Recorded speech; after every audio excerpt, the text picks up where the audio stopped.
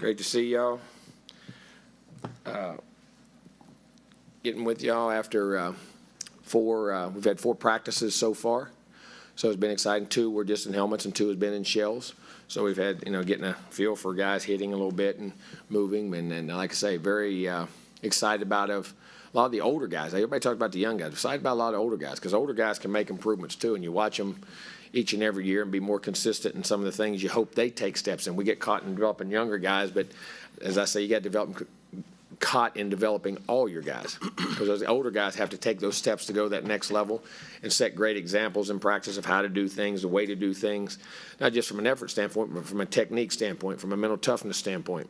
And, and showing those young guys that just because you get beat on one play, how you don't, because some of those guys aren't used to getting beat and how to go on to the next play and practicing with great tempo, practicing with great intensity, great responsibility, and not making the same mistakes each and every day. And I think our older guys are doing a pretty good job of that. They really are. And younger guys have accepted, getting plenty of reps. Everybody's getting plenty of reps. I asked them yesterday when it gets hot out there, and they say, because they always ask you in recruiting, Coach, am I going to get a chance to play? You going to give me a chance to play? Yeah, I'm going to get. Now all of a sudden they're all getting the same chance. Well, sometimes you have to, wait a minute, hurry up, get in there now. Make sure you want all those reps. Make sure you want all those reps. But it's funny just watching them learn the tempo and the way things are done in high levels of college football, those young guys. But it's been very pleasing to watch. That's one of my favorite things to watch is watch their eyes get big and then all of a sudden do something and say, I'm getting into this. So we're in the beginning stages, but I like our work ethic.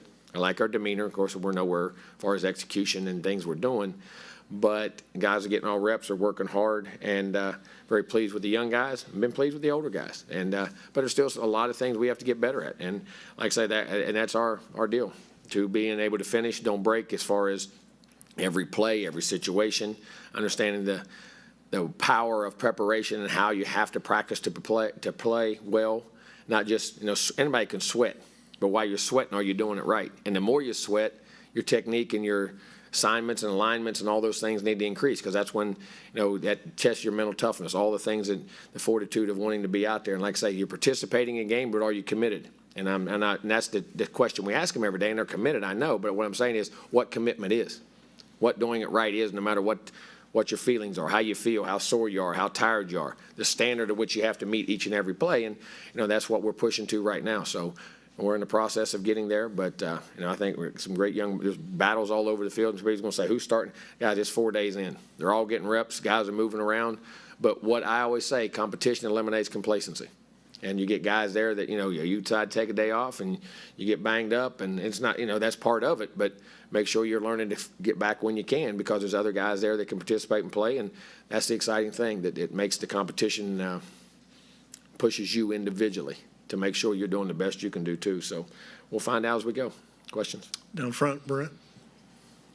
Speaking of 4 days in, and I know you saw him in the spring too, but your early impressions of Coach Durkin.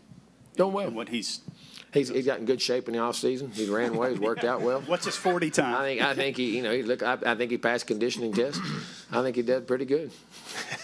No, he's been doing a great job with our guys, leading them, putting them on the same page, and we meet, and I love the schemes that he's doing, and a lot of the same stuff, and there's added things, the way they do things a little differently, and sometimes there's things you may not even. Everybody says, was he 4 down, 3 down? Well, he's 4 down, but the point being is that we mix 3, we can do everything. I mean, but how you play the 4 down, the different reads and nuances, just like everybody lines up in spread formation, but how they read, how they key. And he's a very sharp guy, very detailed guy, and a very good coach, I think. And the guys responded to him very well.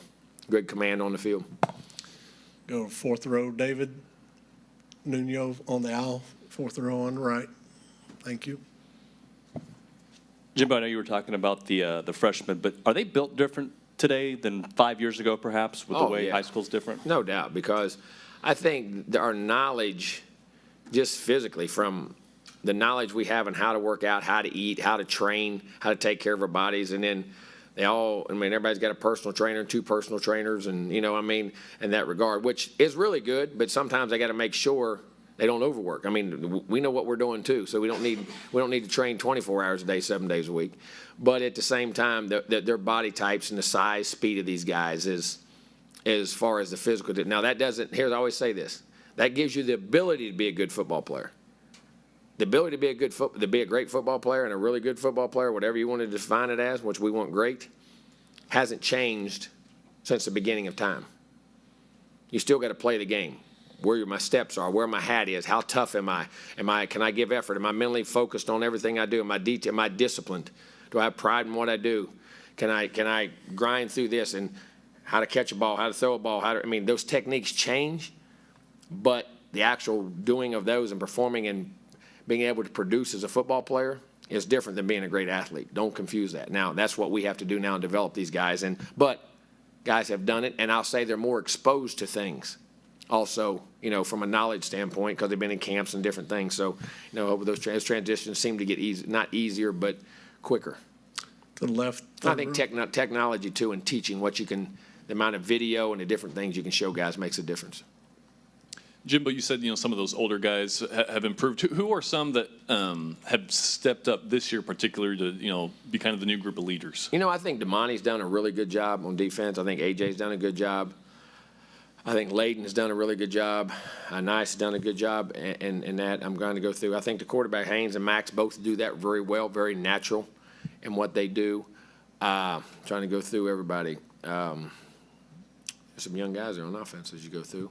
Defensively, I think McKinley Jackson has really taken steps forward to how he's playing, and he's healthy now, and knowing he's a junior and been in that third year, I think he's jumped out there at me. I think Fidel Diggs does a really good job in leadership and what he's done. I think Coop has jumped out there. Miles Jones and what he's done. And I think our punter and our kicker, have done a good job. And our snapper, Choate. And you say that, can special teams guys do? Yeah, they are very respected, because I'm going to tell you, we have very good specialists. And those guys are respected in the team and how they work and how they do things. So, those are just some off the top of my head. I'm just making sure I'm just thinking. But those guys, Isaiah Rakes has done a good job. Been very mature and keeps growing up. It's fun watching him. I'm just making sure. But, yeah, some of the guys that just jump out right off the top. Down front, Brent, and then Mark on the left. When you name a starting quarterback, whether it's, you obviously have the option of a lefty or righty in the situation as well. Does that decide also where the tackles go, or does that play in terms of the backside? Nothing. I don't. In today's time, guys flip in, you're in the boundary, and you're not, it's not like pro football because you have a boundary side and a field side. Pro football, you're basically in the middle of the field all the time. So it's a different dynamic. People don't realize the difference in college football to pro football because of the hashes. It's a totally different game and dynamic with the wider hashes. So, there's always going to be a guy, however they put their rush in and things like that, I think affect it. But no, in today's football, both sides tend to rush. And I've always said that, it's blind side. Well, when a guy's running at me scot-free, sometimes I'd rather see him be scot-free from the backside and get the ball off than running right at me in the front side. You know what I mean? And I know we think all those things, but I think right now both sides have to be just as important. In terms of coaching duties, are there guys working with different position groups right now, or how is that? Yeah, we're mixing around in different ways and what we've had. And Coach Craig has been with us at quarterbacks. Coach Dickey has moved over to tight end scripting and things, which allows him to do some things. But he's done that for many years. And sometimes it's traced inside. And Coley is working with receivers. Right now, we switched some guys around on offense. They've all done it before. Every one of them's coached those positions before. And dynamic of how we do things and how we want to go. Front left, Mark. Well, Brent took my question there, so I'll switch to this one. 4 days in, what as a You coach? didn't copyright it. No, he always does that first. You think, boy? Oh, see, he's the guy. He's the guy in your group. He's the guy in your group. He's the guy in your group. He's the There's one. always one, isn't there? But 4 days in, largely without pads. What do you as a coach look for from your players? Well, I'm gonna say this: you before say the without come out? pads, we ain't tackling or not tackling. When you're in shells, you stay up. You can still be physical and play and do just like you can in pads. There's the only time we ever tackle, go to the ground is if you're in a scrimmage. Other than that, we're never on the ground. We don't want to be on the ground in what you're doing. So, I'm looking for consistency. I'm looking for mental and physical toughness. Can you give effort? Are you disciplined? That's the thing, man. We talk about all the things you do. You're disciplined. Your mental and physical toughness, and that allows you to have discipline. Give an effort. You know what I'm saying? Consistency. Are you available? Listen, availability is the best ability you can have. Then dependability and accountability.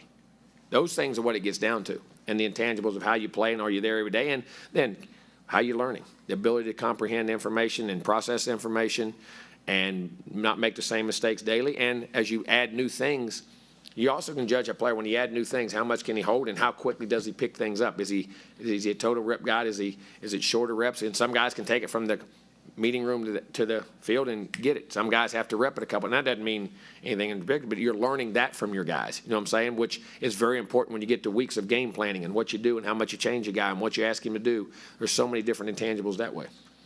Go right side front, Cole, then Cease on the left. Jimbo, Anais was talking about on Wednesday last week how he feels that this class is special because they went through the entire recruiting process with you. They were the very first class you went through the entire, the entirety of the entire, what you're looking for. Yeah. Do you feel the same way with these seniors going into this year, or is it just, a unique, different experience with all of your recruiting class? Well, I'm going to say this. I always revert back to when players go to the league and all that, but listen, all the players on your team become your children. And I don't feel any more connection or disconnection from the other guys, let me say. But at the same time, I do remember walking in their houses. I sat in their living rooms. I sat in their houses. And, and things they did. And there's a little more, and it's not connection, but you're responsible for choosing and picking. You know what I'm saying? And then, because the other guys always say sometimes it's harder on them because, all right, they feel, all right, that coach didn't pick me or he didn't recruit me. You know what I'm saying? And how do I adapt? That doesn't make you love or dislove a guy any less. But sometimes the nerves on their end. But at least these guys know that they're guys that we went after, and I've sat in their living room and seen them, and and had a longer relationship about probably more understanding their dreams and goals, because you get that a lot of times in recruiting, what a guy thinks, what's important to him, where he sees himself, what's his ultimate goals from that standpoint, and you do develop even a little more of a bond, probably so in that regard. To the left, Cease, and then Olin. Before I ask my question, I'll go Olin. So did the offensive coordinator and co-offensive coordinator keep the same titles? Does the titles stay the same? Yes. Okay. My question is, at some point this summer, did you look a little closer at your schedule as particularly SEC teams, who's coming back and who might not be coming back?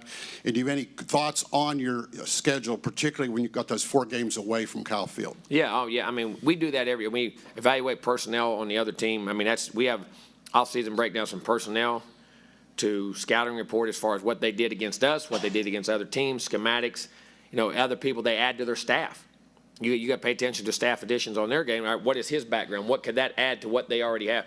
I mean, you want to talk about analytics on top of analytics on top of analytics on top of analytics. And thank God, I will say this, I'm not a computer guy, but thank God for computers to be able to get all that information in there and the number of people you have to have now to do that.